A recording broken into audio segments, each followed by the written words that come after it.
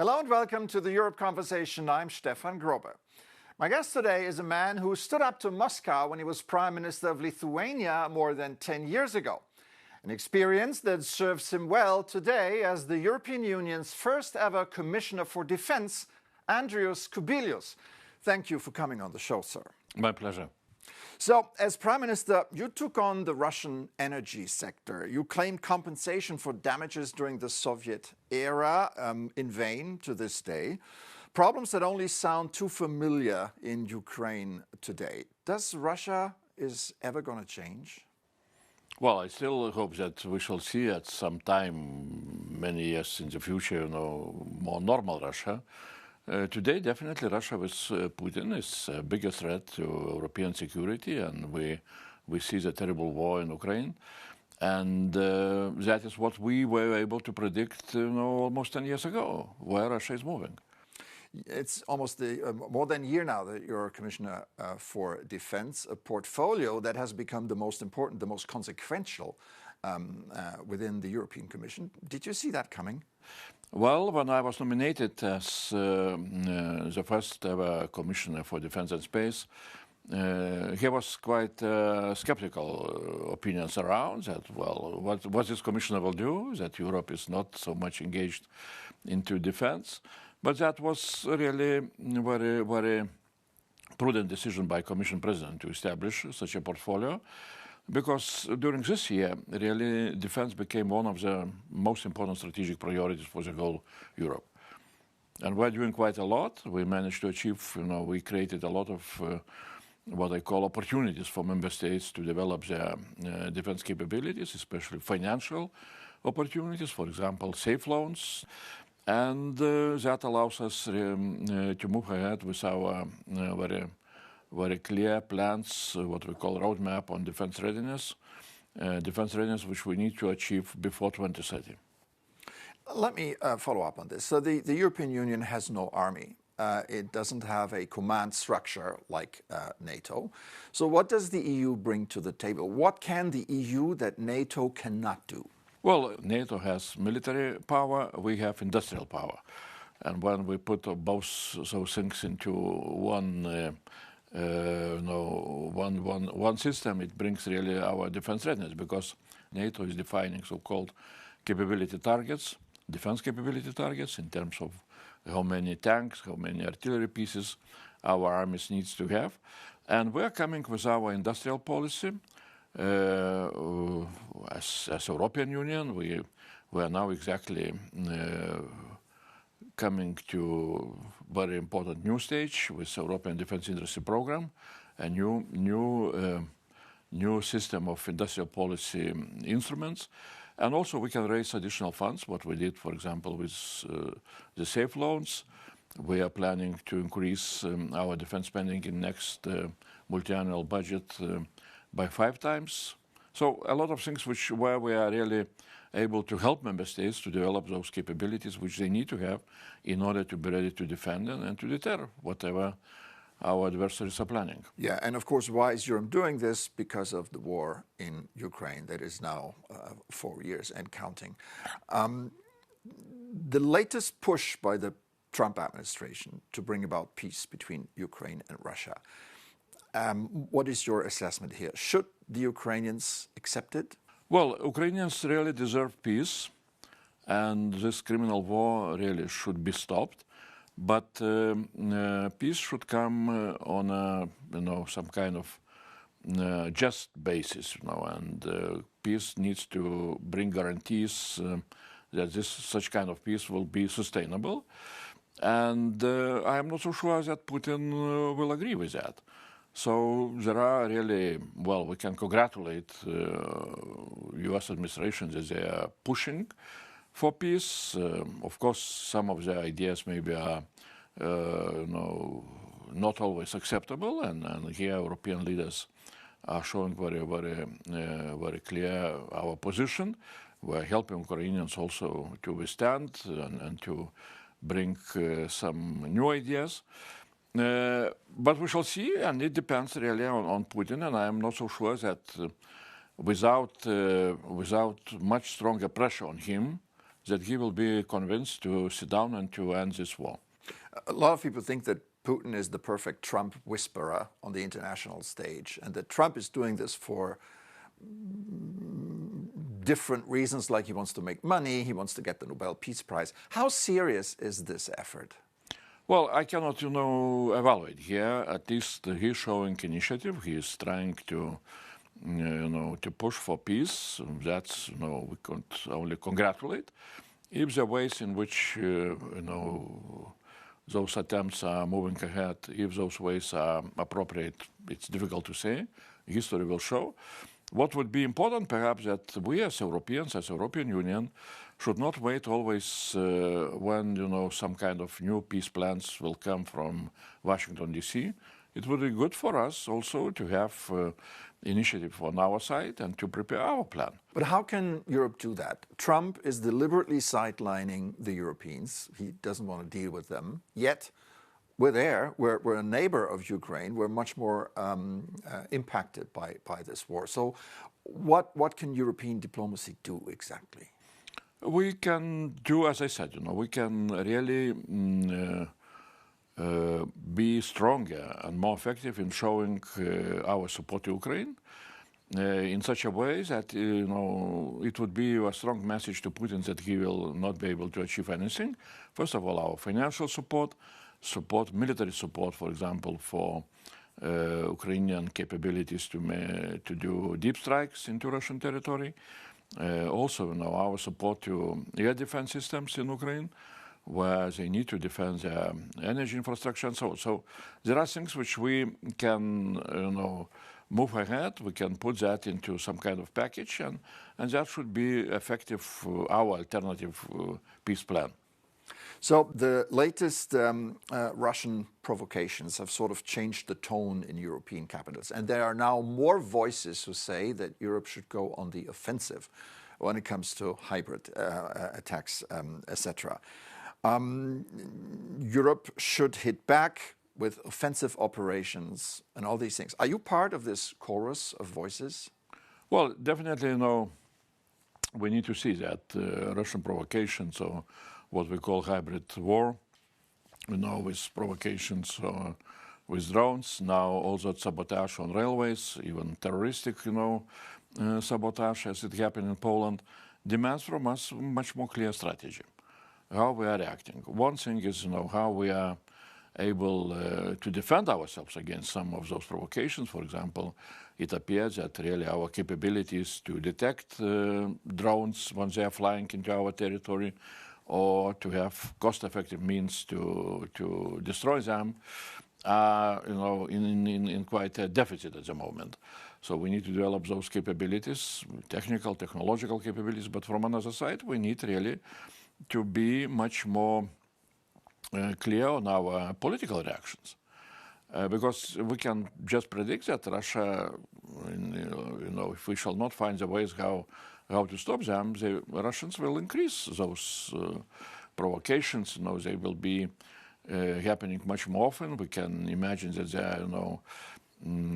their volumes will become bigger, and that is what we really need to have in mind. And there are, of course, proposals from different member states, from ministers, for example. Italian Defense Minister Guido Crosetto proposed some kind of interesting paper on hybrid, defense of Europe, where he's really proposing to be much more proactive in terms of our reactions to such kind of provocations. What about the famous drone wall that was being floated a few weeks ago, but now it's ominously quiet around that? I mean, we're talking about a common border with Russia of 3,000 or something kilometers. Where do you come down on this? Drone wall, yes or no? Well, now we changed simply the title, because we understood that in some countries this, terminology wall was difficult to understand, how you can build drone wall and what does it mean. So now we call it Drone Defense Initiative. And really, discussions are continuing. And as we understand, very soon, for example, Finland is calling a summit of Eastern Flank countries, exactly from Baltic Sea to the Black Sea, where some of those ideas will be discussed. And so the program of Eastern Flank Watch, it has inside of the whole plan very strong element related with drone defense, and here really we can learn a lot from Ukraine, and that is what we are preparing to do. You have been a warning voice on this matter here for a long time. Whenever there was a Russian drone incursion, you said something, now we need to act, we're still ill-prepared. Do you see Europe moving into a common position here, acting and not just talking? I see really clear movements. Now we have so-called, drone defense initiative coalition led by Netherlands, and also Latvians and Croatians are leading that coalition. We had last week we had a very interesting industrial roundtable with all the industrial producers of drones and anti-drone systems.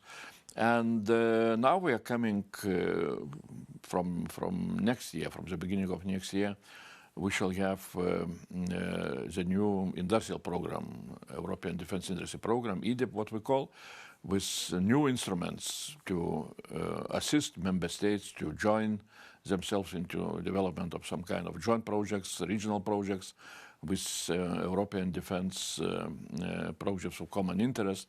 So then, as we see from national investment plans, which were presented in relation with safe loans, also quite a lot of countries are going to invest those money into development of their drone defense capabilities. So things are moving. Maybe there is less of visibility, but real job is really moving ahead. So drones have been shot down over Denmark, over the Baltics, over Romania, which is not a successful business model for those who dispatch these drones. But where do you see this going, the drone war? Is this are these the arms of the future? Well, what we need to see is that at the moment, really, drones are changing very much warfare doctrines. And what we have seen, really, from technical point of view, we understood that we have not enough of detection capabilities. We have no cost-effective means to destroy drones. When you are shooting drone with a value of 10,000 euros, with a missile which costs 1 million euros, that's not the best way to defend yourself. And second question, really, what was very clear, also why we, as Europeans, were not able to prepare ourselves during the last several years when drones on a massive scale started to appear in Ukraine back in 2023. So it shows that really our way of how we are preparing, how we are able to change our understanding of modern warfare doctrines is again not at that level which we need to have. So that is why we put very recently also communication on so-called defense industry transformation roadmap. We need to move ahead. That's the major message which we need to understand. In this context, you have suggested once that Europe should integrate Ukrainian battle-tested drone capabilities. What exactly do you mean by that? Well, and that is what we are discussing, both with Eastern Flank countries, from Baltic Sea to the Black Sea, and also with Ukrainians, that their knowledge, their experience because really we can say that Ukrainians built drone wall. Because they are really very effective in defending themselves against hundreds of drones flying each night. It's very important to learn from Ukrainians what we call ecosystem. Because what you can see in Ukraine, the drone producers are working together with operators. Operators are working, from Kiev center. They are managing drones on the front line. They are able to have very, very good digital statistics in order to follow what is happening on the front line.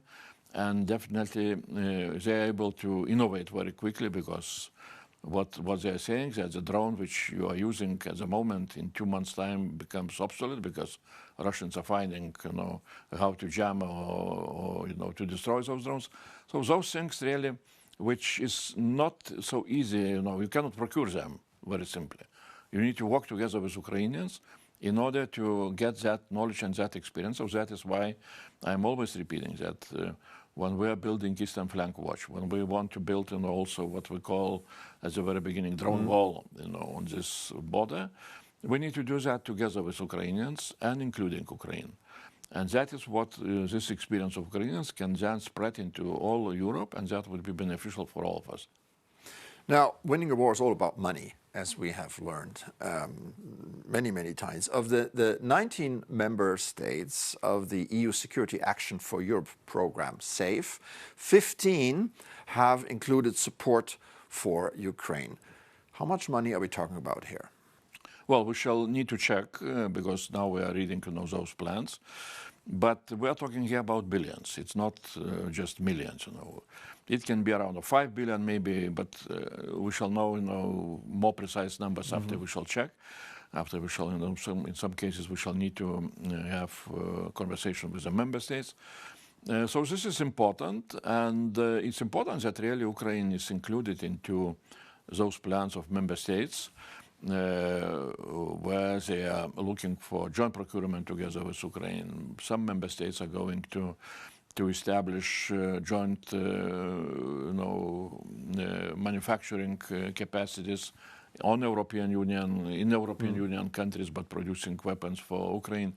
So from one side, yes, we are strengthening our support to Ukraine.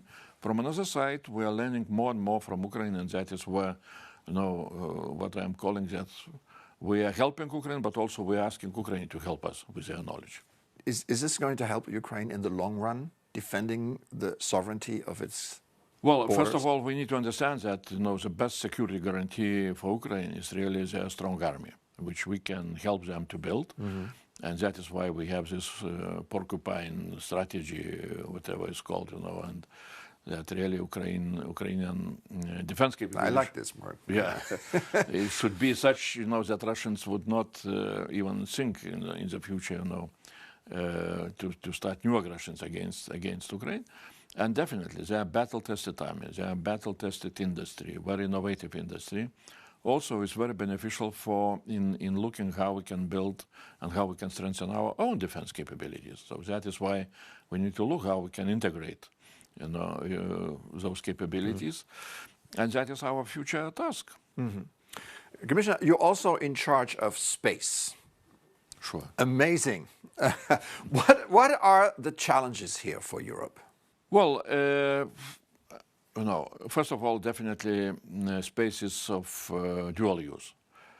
And since I am, defense and space commissioner, so we are spending quite a lot of our attention on how to develop those capabilities in space, which are very much needed for defense. Second, really, we need to see that we are not so bad in space, despite the fact that if you will ask, people on the streets, they will say, Elon Musk is doing everything. Europeans are very much behind. But we need to remember that, for example, our navigation system, Galileo, is the best in the world. Our Earth observation system is Copernicus, is the best in the world. Now we're building secure satellite communication system, something like Starlink, so-called Iris Square, and experts are saying that it will be better than Starlink. So that's, where we are, behind Elon Musk and where we need to catch up is, of course, our launching capabilities. So, but we are coming also here with new ideas and new developments. What is important really for us when we're talking about our space capabilities, really to see how important is a modern warfare is space for defense. We have, intelligence systems, we have secure satellite communication, we have navigation, but what is everything is absolutely this is what we call strategic enablers. And we need to develop them. So we have new plans, especially on intelligence data capabilities, so-called Earth observation governmental service, and we are moving ahead. And space is what is important, that in space we have good experience to build very successful pan-European projects, which is not the case in defense. So in defense we need to learn a lot from space. All right, Άντριους Κουμπίλιους, EU Commissioner for Defense and Space. Thank you so much for coming on the show today. Thanks Great conversation. Thanks a lot.